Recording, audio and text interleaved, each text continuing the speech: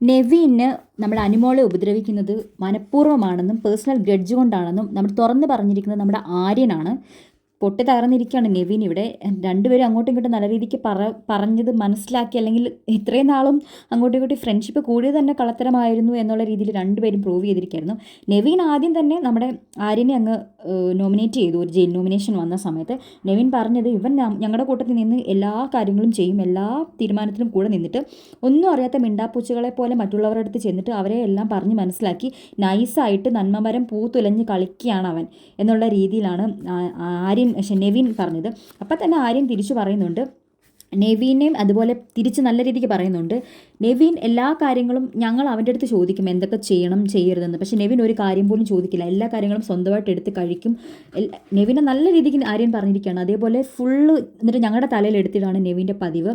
അതേപോലെ അനുമോളുടെ അടുത്ത് മനഃപൂർവ്വം നെവിൻ ഗ്രഡ്ജ് കാണിച്ചതാണെന്നും വെള്ളം കോരി ഒഴിച്ചതാണെന്നും നെവിൻ മനഃപൂർവ്വം പ്രശ്നങ്ങൾ ഉണ്ടാക്കിയതാണെന്നും എല്ലാ പ്രശ്നങ്ങൾക്കും മൂലകാരണം നെവിനാണെന്നും ഉള്ള രീതിയിലാണ് ആര്യൻ പറഞ്ഞിരിക്കുന്നത്. ഇതൊക്കെ കേട്ടിട്ട് നെവിൻ്റെ ചങ്ക് പെടഞ്ഞോട്ട് ഇരിപ്പുണ്ട്. എന്തായാലും ഇവർ കാണിച്ച ഫ്രണ്ട്ഷിപ്പ് വെറും ഫേക്ക്നെസ് ആണ്. അങ്ങോട്ടും ഇങ്ങോട്ടും നെവിൻ ഇവിടുന്ന് ആര്യൻ ഇറങ്ങി പോകുന്നതിന് മുന്നേ ആര്യൻ അത് പ്രൂവ് ചെയ്തിട്ടാണ് പോയത്. അങ്ങോട്ടും ഇങ്ങോട്ടും ഈ പരസ്പരമുള്ള ചെളിവാരിയൽ എറിയൽ കണ്ടിട്ട് നമുക്കും പിന്നെ ആ വീട്ടിലുള്ളവർക്കും ചിരി വരുന്നുണ്ട് ആക്ച്വലി. എന്തായാലും നിങ്ങൾക്ക് എന്താണ് ഈ ആര്യൻ പറഞ്ഞ സ്റ്റേറ്റ്മെൻറ്റിനോട് അല്ലെങ്കിൽ നെവിൻ പറഞ്ഞ സ്റ്റേറ്റ്മെൻറ്റിനോട് തോന്നിയത്? അല്ലെങ്കിൽ ആര്യൻ ഇവിടെ നിന്ന് പോയിരുന്നെങ്കിൽ നെവിനും ആര്യനും ഭാവിയിൽ ഒരു ശത്രുക്കളാവാൻ സാധ്യത ഉണ്ടായിരുന്നു എന്നുള്ളതൊക്കെ കമൻറ്റ് ചെയ്യുക. അതേപോലെ സബ്സ്ക്രൈബ് ചെയ്യുക, ലൈക്ക് ചെയ്യുക, ഷെയർ ചെയ്യുക.